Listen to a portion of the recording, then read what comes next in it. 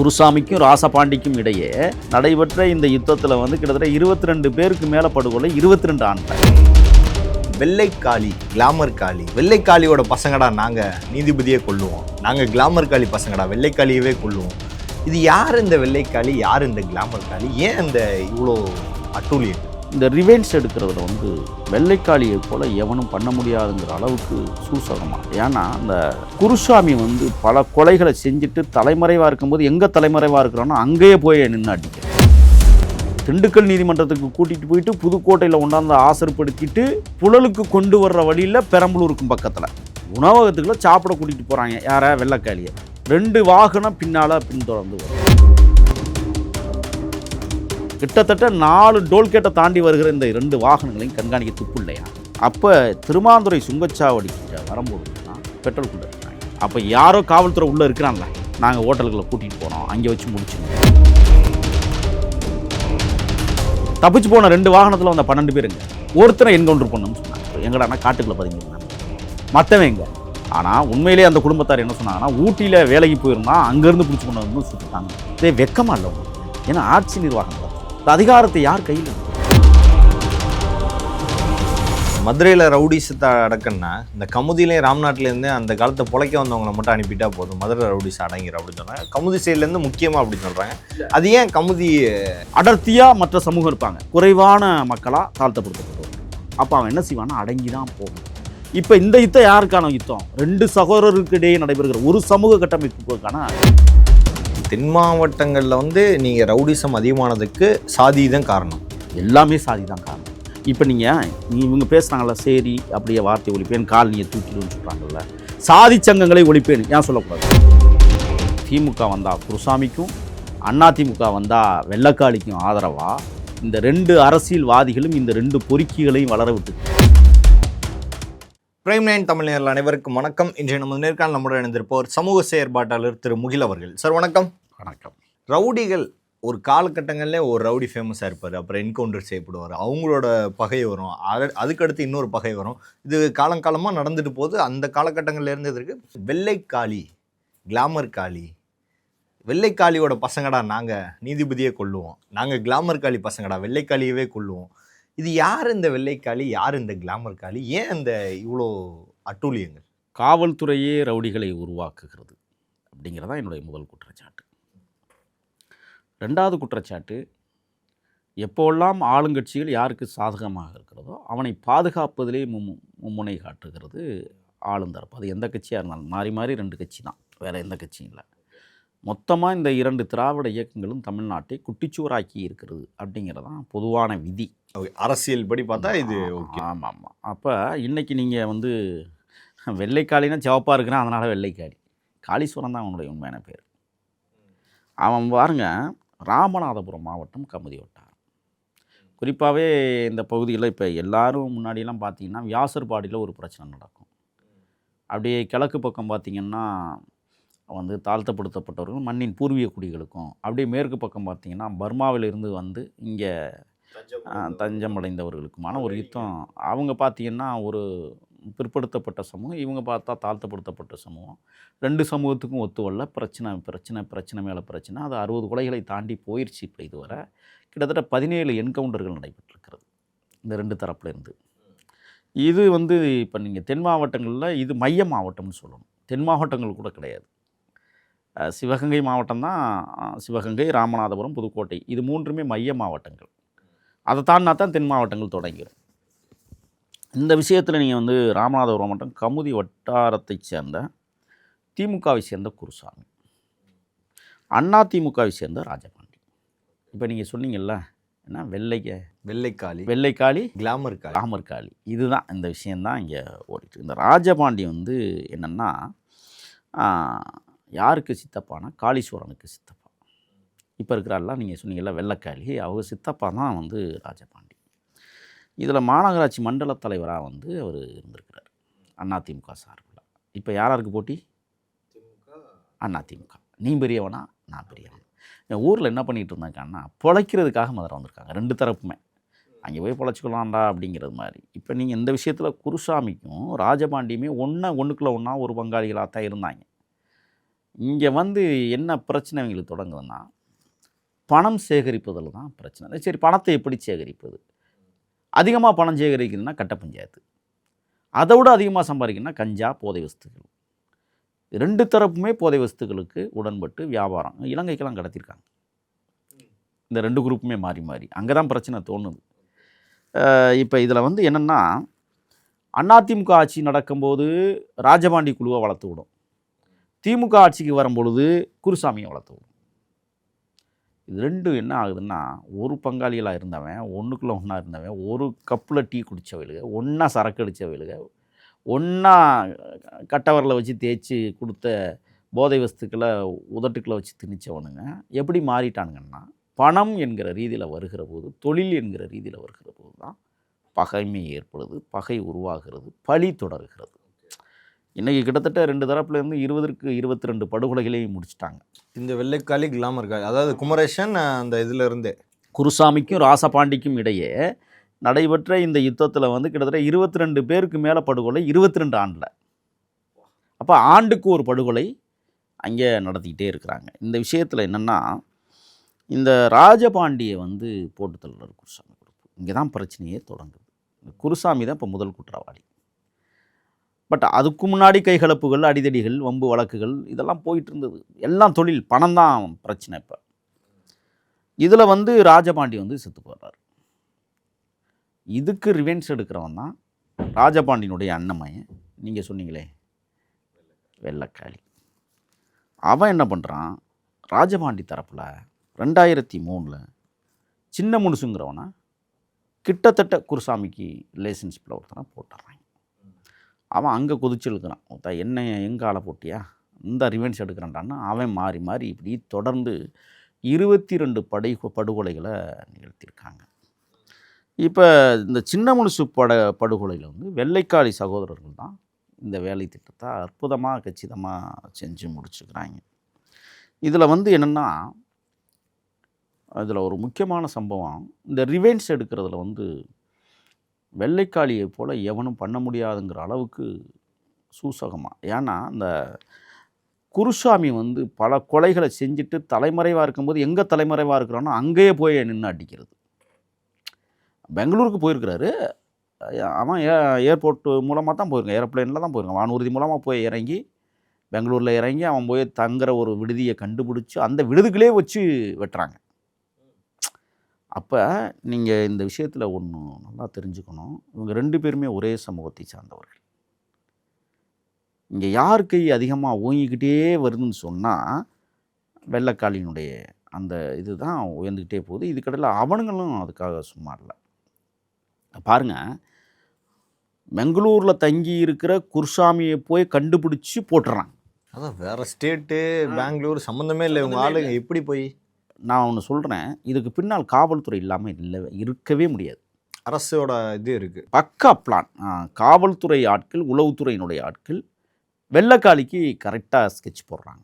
இப்போ காவல்துறைக்குள்ளேயே 2 பிரிவு இருக்குங்கிறது இது காட்டுது. குருசாமி தரப்புக்கும் இங்கே வா, அவன் எங்கெங்கே போகிறான், எங்கெங்கே நாங்கள் கூட்டிகிட்டு போகிறோம், எல்லாமே அவனுக்கும் சொல்கிற டீமாக காவல்துறை இருக்குது. இப்போ 2 பேரையுமே வளர்த்து வர்றது யாருன்னா காவல்துறை தான். அப்படி செஞ்சதுனால தான் இப்போ என்ன செய்கிறாங்கன்னா, திண்டுக்கல் நீதிமன்றத்துக்கு கூட்டிகிட்டு போயிட்டு புதுக்கோட்டையில் கொண்டாந்து ஆசர்படுத்திட்டு புழலுக்கு கொண்டு வர்ற வழியில் பெரம்பலூருக்கும் பக்கத்தில் என்ன நடந்துச்சு, இப்போ 6 நாட்களுக்கு முன்பு உணவகத்துக்குள்ளே சாப்பிட கூட்டிகிட்டு போகிறாங்க. யாரை, வெள்ளைக்காளியை. 2 வாகனம் பின்தொடர்ந்து வருது, திண்டுக்கல்லிருந்து வந்திருக்கப்ப. அப்படி தானே, புதுக்கோட்டையில் ஆசர்படுத்தும் போது அங்கேயும் அந்த காரு 2ம் கண்காணிச்சிருக்கு. நல்லா கேட்டுக்குங்க, புதுக்கோட்டைக்கும் திருச்சிக்கு 59 கிலோமீட்டர் இடையில அந்த சுங்கச்சாவடின்னு சொல்லுவோம்ல, ஜெக் போஸ்ட் சுங்கச்சாவடி, இப்போ அதை வேறு மாதிரி பேர் சொல்கிறாங்க. அதுக்கு பேர் என்ன, வரி வசூல் பண்ணுறது ஒன்று இருக்குது. திண்டுக்கல்ல இருந்து புதுக்கோட்டைக்கு 3 இருக்குது, 3லையும் பதிவாகலை. திருச்சி ரோட்டில் இருக்கிற அதுலேயும் பதிவாகலை. அந்த அந்த செக் போஸ்ட்டுன்னு சொல்கிறோம்ல, டோல்கேட் இப்போ புதுசாக ட்ரெண்டிங்கு தானே டோல்கேட்டுங்கிறது. இந்த டோல்கேட்டை தாண்டினோன்னா லெஃப்ட்டில் ஒரு உணவகம் இருக்கும், சாப்பிட நிறுத்துவாங்க. அந்த உணவகத்தில் கூட்டிகிட்டு போகிறதுக்கு தான் இப்போ இந்த வெள்ளைக்காளியை இறக்குறாங்க, கூட்டிகிட்டு போனாங்க. இதுக்கெல்லாம் எனக்கு ஒரு ஞாபகம் வருது, அது சொல்லிடுறேன்ல. நான் கோவை மத்திய சிறையில் அடைக்கப்பட்டிருக்கேன். என்னை வந்து புதுக்கோட்டை நீதிமன்றத்தில் ஆசர்படுத்தணும். மணமேல்குடி வழக்கு, ஒரு ஆயுத கடத்தல் வழக்கு, புலிகளுக்காக ஆயுத கடத்தல். அப்போ எப்படி எங்களை கொண்டு போகிறாங்கன்னா, வண்டியில் நாங்கள் 3 பேர் இருக்கோம், முத்துக்குமார், மணிகண்டன், நான். அப்போ எப்படி பாதுகாப்பு கொண்டு போகிறாங்கன்னா, நாங்கள் இருக்கிற வண்டி இப்படி இருக்கும், முன்னாடி 2 வண்டி, அதுக்கு முன்னாடி ஒரு வண்டி பாதுகாப்பு, பின்னாடி அதே மாதிரி 2 வண்டி வரும், நடுவில் ஒரு வண்டி பாதுகாப்பு. எங்கள் வண்டி எப்படி போகும்? நடுவில் போகும். எல்லாமே ரெடி டேக்கில் தான் இருப்பாங்க. நான் பார்த்துருக்கேன். எப்போ ஒன்றுக்கு இருக்கும்போது கோயம்புத்தூர்லேருந்து திருச்சி கொண்டு வரணும்னா என்ன ஆகும்? எவ்வளோ மணி நேரம்? வண்டியில் கொண்டு வரும்போது 5 மணி நேரம் ஆயிரும். 5 மணி நேரத்துக்கு ஒரு தடவை நான் எங்கள் 3 பேரையும் கிட்டத்தட்ட ஒரு 30 போலீஸ் சுற்றுறான். நாங்கள் ஒன்றுக்கு அடிக்கணும், வேறு வழி இல்லை. அவங்களுக்கு நடுவில் தான் நாங்கள் ஒன்றுக்கு இருக்கிறோம். சரிங்களா? ஆசர்படுத்தப்படும் போது புதுக்கோட்டையில் எங்களை கொண்டே திருச்சி சிறையில் வச்சு எடுத்து புதுக்கோட்டை நீதிமன்றத்துக்கு கொண்டு போகணும். காலையில் இங்கே வந்து ஒரு 8:30க்கெல்லாம் நாங்கள் ரெடி ஆகிட்டோம். 1 மணி நேரம் பயணம், 9:30 மணி. அங்கே ஒன்று நிப்பாட்டிட்டாங்க. 10 மணிக்கு நீதியரசர் வந்துடுவார். குறைந்தது ஒரு 300 போலீஸ் பாதுகாப்புங்க. அந்த நீதிமன்ற வளாகத்தை சுற்றி எங்களை கொண்டு போயிருக்கோம். நாங்கள் யார்? இந்த மக்களையும் இந்த மண்ணையும் நேசிக்கக்கூடிய இடத்தில் இருந்த எங்களை எவ்வளவு செக்யூரிட்டி போட்டு கொண்டு போகிறாங்கங்கிறத பார்த்துக்கோங்க. பயங்கரவாதிகளைப் போல. வீரப்பனாரிடம் இருந்தோம் என்பதற்காக இவ்வளவு பெரிய பாதுகாப்பை பலப்படுத்தி அந்த ஒன்றுக்கு இறங்கிறதுக்கு கூட 30 போலீஸ் எங்களை சுற்றி நிற்கிற கொடுமையெல்லாம் நடந்துச்சு. 22 படுகொலைகள் நடந்தேறி இருக்கு. வெள்ளைக்காளியை சாதாரணமாக ஒரு 6 போலீஸ் கூட்டிகிட்டு போகிறான்னு என்ன இருக்குது? போடணும்னு முடிவு பண்ணி தான் கூட்டு போகிறோம். ஆமாம். நீங்கள் இந்த விஷயத்தில் வெள்ளைக்காளி என்ன பண்ணியிருக்கான்? புதுக்கோட்டை நீதிமன்றத்தில் ஆசராக்கிட்டு திருச்சியை நோக்கி வருகிற போது அந்த டோல்கேட்டுக்கு பக்கத்தில் இருக்கிற உணவகத்துக்குள்ளே கொண்டு போகும்போது 2 காரில் வந்த டீ. எதுக்காக நான் அந்த விஷயத்தெல்லாம் சொல்கிறேன்னா, கிட்டத்தட்ட 4 டோல்கேட்டை தாண்டி வருகிற இந்த 2 வாகனங்களையும் கண்காணிக்க துப்பு இல்லையா? அப்போ யாரோ காவல்துறை உள்ளே இருக்கிறான்ல, இந்த இடத்துல வண்டி போகுது, இந்த இடத்துல நீங்கள் வாங்க, இப்படி வாங்க, நாங்கள் ஹோட்டல்களை கூட்டிகிட்டு போகிறோம், அங்கே வச்சு முடிச்சிருங்க. இது காவல்துறைக்கு தெரியாமல் இந்த காரியம் நடக்கவே நடக்காது. என்ன செய்கிறாங்க? திண்டுக்கல் நீதிமன்றத்தில் விட்டு கிட்டத்தட்ட வீடியோ கான்ஃபரன்ஸ் மூலமாக பேசணும். எஸ்ஐ தலைமையிலான ஒரு 6 பேர் கொண்ட கும்பல் திருமாந்துறை அப்படிங்கிற இடத்துல சுங்கச்சாவடி இருக்குது. அது எங்கே இருக்குன்னா, நல்லா தெரிஞ்சுக்குங்க, நான் சொன்ன சுங்கச்சாவடி வந்து புதுக்கோட்டையிலேருந்து திருச்சி வர்ற வழி. அங்கே நிப்பாட்டலை. உள்ளே போகணும்னு நினைக்கிறாங்க, இல்லை வேண்டாம் நம்ம வந்து திருச்சியை தாண்டிடுவோங்கிறாங்க. திருச்சியை தாண்டுறாங்க. திருச்சியை தாண்டோன்னா சமயபுரம் டோல்கேட் இருக்குது. எத்தனாவது டோல்கேட்? இப்போ 2வது டோல்கேட் ஆச்சா? சமயபுரம் டோல்கேட்லையும் நிப்பாட்டலை. இல்லை பெரம்பலூர் தாண்டிடுவோம். இதை காவல்துறை தான் திட்டமிட்டு இழுத்து கொண்டே வருது. அப்போ திருமாந்துறை டோல்கேட்டில் ஒன்றே நிப்பாட்டும் போது தான், ஏன்னா அவங்களுக்கு வந்து இப்போ ஒரு விஷயம் நடக்குதுன்னா காவல்துறை வந்து கொஞ்சம் ஃப்ரீனஸஸ் வேணும். மக்கள் நடமாட்டம் இருக்கிற பகுதியில் பண்ணிட முடியாது. திருமாந்துறை பார்த்தீங்கன்னா ஆள் அரவரமற்ற பகுதி. அதை தாண்டிட்டால் காடு தொடங்கிடும், காட்டு அந்த பைபாஸ். அப்போ திருமாந்துறை சுங்கச்சாவடிக்கிட்ட வரும்பொழுது தான் பெட்ரோல் குண்டு அடிக்கிறாங்க. யார்? குருசாமி குரூப். அடித்தா போலீஸ் இதில் காயமுடுறாங்க. அவன்கிட்ட 2 வாகனம் வந்துச்சுல்ல, 6 பேர் ஒரு வாகனத்தில் 6 பேரும் 12 பேர் வந்திருக்காங்க. 12 பேரை இன்னும் பிடிக்கல. யாருக்காக விட்டு வச்சுருக்காங்க? தேடுதல் பணியில் இருக்காங்க அப்படின்னு சொல்லுவாங்க. வெள்ளைக்காளி சகோதரர்கள் இதை ரிவென்ஸ் எடுப்பான்னு எடுக்க மாட்டானா? அப்போ அந்த ரிவென்ஸ் எடுக்கிறதுக்கு யார் பாதுகாப்பு? அதுவும் காவல்துறை. இப்போ இந்த கிட்டத்தட்ட ஒரு 6 வருடமாக இந்த வேலையை தொடர்ச்சியாக பண்ணுறாங்க. காவல்துறை இதில் பக்காவாக கேமலாடுது. காவல்துறை என்ன நினைக்குதுன்னா, வச்சுருந்தா வழக்கு கூட்டிகிட்டு போகணும். இப்போ நான் சொல்கிறேன், வெள்ளைக்காளியை ஒரு தடவை இப்போ புதுக்கோட்டை புழல்லேருந்து எடுத்து புதுக்கோட்டை போயிட்டு திண்டுக்கல் போயிட்டு கூட்டிகிட்டு வரணும்னா என்ன செலவாகும்? குறைந்தது 1 லட்ச ரூபா வேணும். இப்போ நாட்டு வெடி குண்டும் வீசுகிறாங்க, பெட்ரோல் குண்டும் வீசுகிறாங்க. திருப்பி ரிவென்ஸ் போலீஸ் எடுக்குது, 10 முறை துப்பாக்கியால் சுடுறாங்க. வந்த காரு 2மே சொகுசு கார், தப்பிக்கிறாங்க. உதவி ஆய்வாளர் ராமச்சந்திரன், தினேஷ்குமார், மாரிமுத்து பாண்டியன்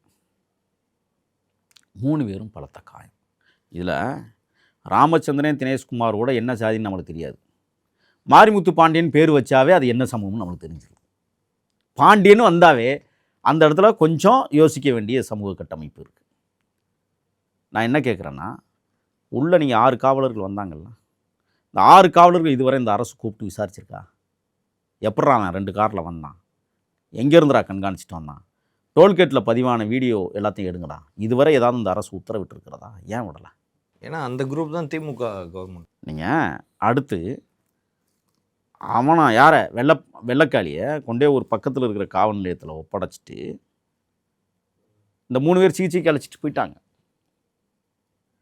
தப்பிச்சு போன 2 வாகனத்தில் வந்த 12 பேருங்க. ஒருத்தரை என்கவுண்டர் பண்ணணும்னு சொன்னாங்க. தெரியுமா உங்களுக்கு? ஒருத்தன் அதில் என்கவுண்டர் எங்கடானா காட்டுக்குள்ளே பதுங்கியிருந்தான்னு சொன்னாங்க. மற்றவன் எங்க? ஆனால் உண்மையிலே அந்த குடும்பத்தார் என்ன சொன்னாங்கன்னா, ஊட்டியில் வேலைக்கு போயிருந்தான், அங்கேருந்து பிடிச்சி கொண்டு வந்து சுட்டுட்டாங்கன்ட்டாங்க. இதே வெக்கமா இல்லை உங்களுக்கு?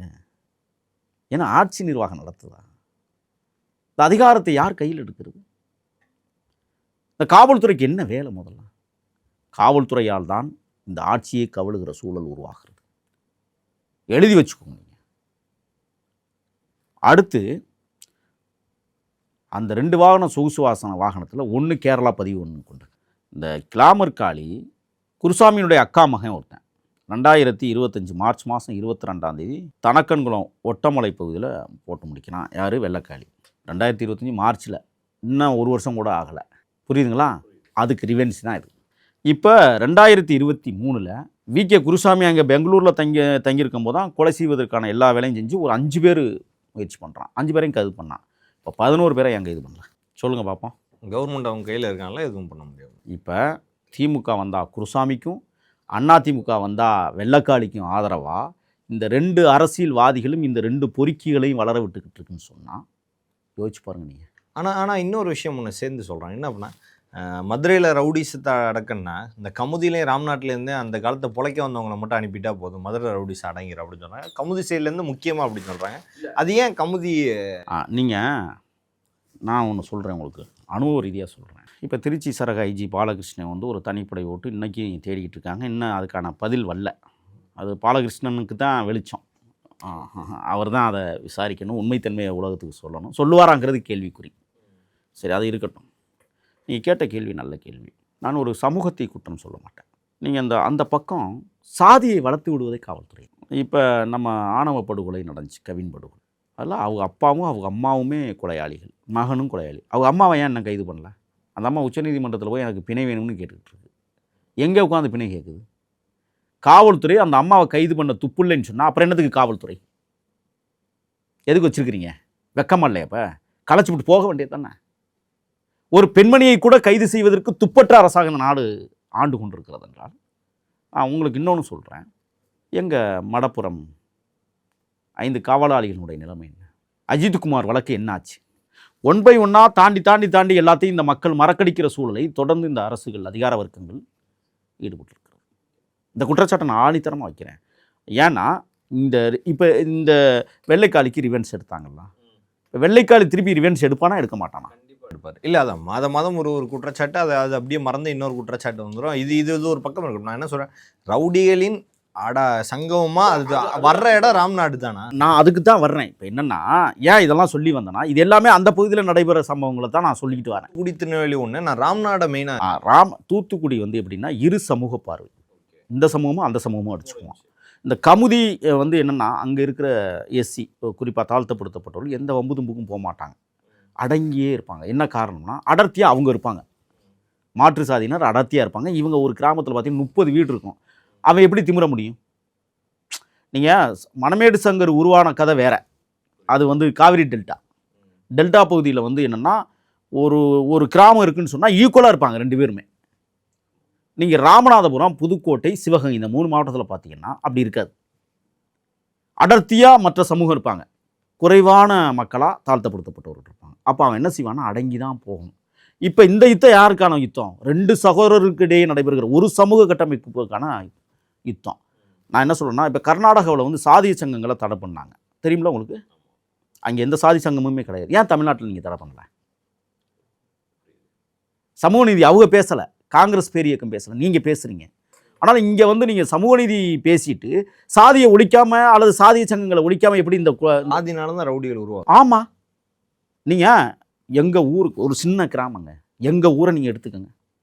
எங்கள் சின்ன கிராமத்தில் எவ்வளவு சாதிய குடும்பம் இருக்குன்னு எனக்கு மட்டும்தான் தெரியும். நான் கேட்குறேன், தமிழ்நாடு முழுவதும் இன்னைக்கு இரட்டை கொலை முறை கிட்டத்தட்ட 860 இடங்களில் இருக்குன்னு சொல்லி ஒரு தகவல் இருக்குது. சமூக நீதி ஆட்சி தானே, களைய வேண்டியது தானே. இங்கே ஏன் அந்த பரமக்குடி, காளையார் கோவில், நீங்கள் இந்த பகுதியில் மருது சகோதரர்கள் யாருக்காக போராடினாங்க சொல்லுங்கள்? போராடினாங்கல்ல. அங்கே இருக்கிற சேரி மக்களை எதிர்த்து போராடினாங்களா சொல்லுங்கள் நீங்கள்? ஆனால் மருது சகோதரர்களை என்னவாக்கி வச்சுருக்காங்க? இது யாருடைய பிழை? சரி, அதை விட்டு இங்கே இருக்கிற மக்கள் அதை தான் கொண்டாடுறாங்க. இல்லை, அதை கொண்டாட விடுவது யார்? இப்போ அதை கொண்டாடவில்லைன்னா என்னங்கன்றதை யோசிச்சு பாருங்க. நீங்கள் அப்புறம் எதுக்கு காவல்துறை? இப்போ முத்துராமலிங்க தேவர் வந்து ஒரு குறிப்பிட்ட சமூகத்தின் அடிப்படை வரும். அதுவே நான் ஒன்று சொல்கிறேன். இப்போ முத்துராமலிங்கனாருக்கு வந்து சென்னையில் சிலை இருக்குது, புரியுதுங்களா? நடு மையத்தில் நந்தனத்தில் இருக்குது. இது அம்மையார் சசிகலாவால் கொண்டு வரப்பட்ட ஒரு சிலை, அது எல்லாருக்கும் தெரியும். எதுக்காக கொண்டு வந்தாங்கிறத நான் அதுக்குள்ளே நுழைய விரும்பலை, சரிங்களா? போற்றப்படுகிற தலைவர், மாபெரும் மக்கள் தலைவர், நாங்கள் முழுசாக ஏற்றுக்கிறேனாலாம்.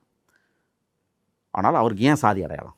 அவர் ஒரு கம்யூனிட்டியில் இருந்து வர்றதுனால அப்படி தான் அதை சொல்கிறேன். மருது சகோதரர்களே கம்யூனிட்டியாக வந்தாங்களா? இல்லை இல்லை, அப்படி தான் அந்த மக்கள் கொண்டாடுறாங்க. இந்த கொண்டாட விட்ட கொடுமையாளர்கள் யாருன்னா இந்த ஆட்சியாளர்கள் தான், இந்த திராவிட இயக்கங்கள் 2 தான்.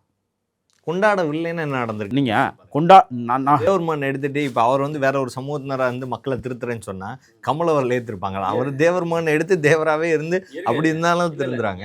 நீங்கள் அதுதான், நீங்கள் இப்போ இன்றைக்கி வந்து ஒரு படம் எடுத்தால் அது இவ்வளவு தடை இருக்குல்ல, நீங்கள் எவ்வளோ பெரிய தடையை சந்தித்து கொண்டிருக்கிறது ஒரு படமுங்கிறது உங்களுக்கு நல்லாவே தெரியும். ஜனநாயகன் எவ்வளோ பெரிய தடை, ஏன் தேவர்மனுக்கு தடை இல்லை?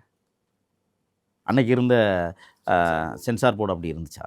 நான் கேட்குறேன். இவர்கள் ஆட்சியாளர்கள் தான் எல்லாத்தையும் ஊக்குவிச்சதே. ஏன்னா இன்றைக்கி வந்து மாரிசெல்வராஜ் அவர்கள் படம் எடுக்கிறாங்க, பாரஞ்சித் அவர்கள் படம் எடுக்கிறாங்க, சென்சார் போர்டு அவ்வளோ தடை போடுது, அதே மீறி அந்த படங்கள் வருது இல்லை. இப்போ நான் ஒன்று கேட்குறேன், இன்னொரு செய்தி, முக்கியமான செய்தி. ஏன் தென் மாவட்டங்களில் அடர்த்தியாக இருக்கிற சமூக கட்டமைப்பை சார்ந்த காவல் நிலைய பகுதிகளில் அந்த மக்களை, அடர்த்தியாக இருக்கிற மக்களையே கொண்டு வந்து பதவியில் அமர்த்துது? ஏன்னா அது அமர்த்தலைன்னா என்ன பிரச்சனை பெருசாக வெடிக்கின்ற ஒரு பயம். நீங்கள் கர்ம வீரர் காமராசர் என்ன பண்ணாங்கன்னு சொன்னால், ஏன் வந்து கக்கனை காவல்துறை அமைச்சராக போட்டாங்க? ஏன் இந்து சமய அறநிலையத்துறை ஒரு எஸ்சியை போட்டாருன்னு சொன்னால், அப்போ தாண்டா அவன் கோயிலுக்குள்ளே நுழைய முடியும், அப்போ தாண்டா காவல்துறை அடக்க முடியும்னு சொல்லி போட்டாங்க. இந்த தன்மை ஏன் அந்த திமுக ஆட்சியாளர்களுக்கோ அல்லது அதிமுக ஆட்சியாளர்களுக்கோ வரல? நம்ம ஏன் காமராசர் ஆட்சி நிலைநிறுத்தணும்னு நம்ம பேசுகிறோம்னா இதுதான் காரணம். இப்போ நீங்கள் அங்கே வந்து முழுக்க சமூக பார்வையில் ஒரு அடர்த்தியாக இருக்கிற மக்களுடைய பிரதிநிதிகளாகவே காவல்துறை அதிகாரிகள் செயல்படுறாங்க. தென் மாவட்டங்களில் வந்து நீங்கள் ரவுடிசம் அதிகமானதுக்கு சாதி தான் காரணம், எல்லாமே சாதி தான் காரணம். இப்போ இவங்க பேசுகிறாங்கல்ல, சரி அப்படியே வார்த்தை ஒழிப்பேன், காலனியை தூக்கிடுவோன்னு சொல்கிறாங்கல்ல, சாதி சங்கங்களை ஒழிப்பேன் ஏன் சொல்லக்கூடாது? ஏன் சொல்ல மாட்டேங்கிறாங்க? எல்லாம் சாதியை பிடிச்சிட்டு இருக்காங்க. அதான் அவங்களுக்கு ஓட்டு வேணும், அவங்க அந்த சாதியை தூக்கி பிடி. இப்போ சிலை வச்சதே எதுக்கு? ஓட்டுக்காகத்தானே. மக்களே அதுதான் சாதியை தான் தூக்கி பிடிக்கிறாங்க. தென் மாவட்டங்கள் நீங்கள் போயிட்டு மக்கள் யாருமே சாதியை தூக்கி பிடிக்கல உங்களால் சொல்ல முடியுமா? இல்லை, நான் என்ன கேட்குறேன், அப்படி தூக்கி பிடிக்க வச்சதே அரசு தான் நான் குற்றச்சாட்டு வைக்கிறேன். அதை இப்போ உடனே எல்லாம் மாற்றிடும். அப்படியே அது எப்படி உடனே எடுக்க சொன்னாங்க? எப்படி உடனே எடுத்துக்கிட்டாங்க எல்லாத்தையும்? காலங்காலமாக அப்படியே அவங்க பிடிச்சிக்கிட்டு வந்துட்டாங்க. நல்லா தெரிஞ்சுக்கோங்க. இப்போ வேலு நாச்சியார் இருந்தாங்க, அவருடைய படையில் யார் முன்னணி தளபதி? குயிலி. குயிலி என்ன சமூகம்? தாழ்த்தப்படுத்தப்பட்ட சமூகம், மிகவும் தாழ்த்தப்படுத்தப்பட்ட சமூகம். ஆனால் அவங்க தான் உலகத்திற்கே வழிகாட்டியாக இருந்து ஆங்கிலேய பேராதிக்கத்தை எதிர்த்து தன் உடலில் வந்து நெய்யை ஊற்றிட்டு பற்ற வச்சுட்டு போய் ஆயுத கிடங்கை அளித்த பெருமை. நான் என்ன கேட்குறேன், அன்னைக்கு வந்து வேலு நாச்சியார் வந்து சாதி பார்த்தாங்களா? இல்லை, வேலு நாச்சியாரையும் நீங்கள் சாதியாக பார்க்குறது தான் இப்போ குற்றமாக தெரியுது. நீங்கள் முதல்ல அந்த மருது சகோதரர்கள் நினைவு தினம்னா அரசு கொண்டாடணும், சாதிகள் கொண்டாடக்கூடாது. அதை தடை பண்ணுங்கிறேன். முதல்ல சாதி சங்கத்தை தடை பண்ணு, அப்புறம் சாதிகள் கொண்டாடுவதை தடை பண்ணு. ஏன் பண்ண முடியாது? இது பண்ணால் தென் மாவட்டங்களில் ரவுடிசம் குறைஞ்சிரும். நீங்கள் இன்னொன்று தெரியுமா, எதுக்கும் நீங்கள் ரிவென்ஸ் எடுக்குதுல காவல்துறை. அண்ணன் ஆம்ஸ்ட்ராங் கொலை வழக்கில் வந்து முதல் குற்றவாளியாக தீர்மானிக்கப்பட வேண்டிய ஒரு நபரை யாரை சொல்கிறேன்னு உங்களுக்கு தெரியும், திருவேங்கடத்தை என்கவுண்டர் பண்ணுறீங்க, வழக்கை ஊற்றி மூடுவதற்கான எல்லா வேலையும் பண்ணுறீங்க.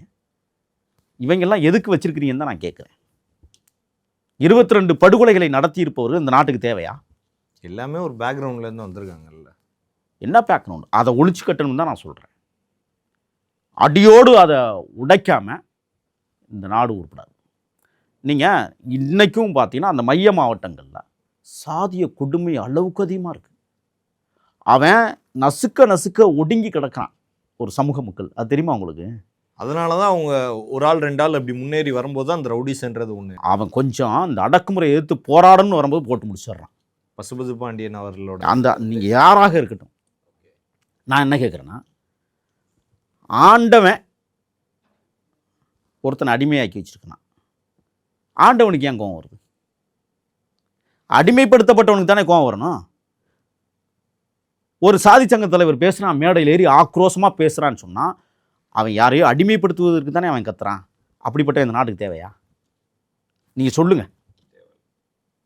இதுதான் தென் மாவட்டங்களில் மட்டும் இல்லை, மைய மாவட்டங்களிலும் சாதிய பிரச்சனைக்கு ஊன்றுகோலாய் இன்றைக்கு விதைத்திருப்பது இந்த 2 திராவிட கட்சிகளும் சேர்ந்து தான் இந்த ரவுடிசத்தை உருவாக்கி இருக்கிற. குறிப்பாக காவல்துறையை கட்டுப்பாட்டுகளை வச்சுக்காம காவல்துறையை கட்டவிழ்த்து விட்டு. ஏன்னா எந்த மாவட்டங்களில் எந்த ஒரு ரவுடிசம் ஆரம்பித்தாலும் சென்னை தொடங்கி இங்கிட்டு திருவண்ணாமலை இந்த சைடு எல்லாமே வந்தாலும் பூர்வீகன்னு பார்த்தீங்கன்னா அவங்களுக்கு ராம்நாடு, சிவகங்கை, பரமக்குடி, மதுரை இந்த சைடு தான். அது என்ன காரணம் தெரியுமா? இல்லை அது என்ன காரணம்னா, அட்னக்கால் போட்டுக்குவோம். ஊர் மையத்தில் ஒரு புளிய மரத்துலையோ அல்லது வேப்ப மரத்துலையோ அட்னக்கால் போட்டிருப்போம்.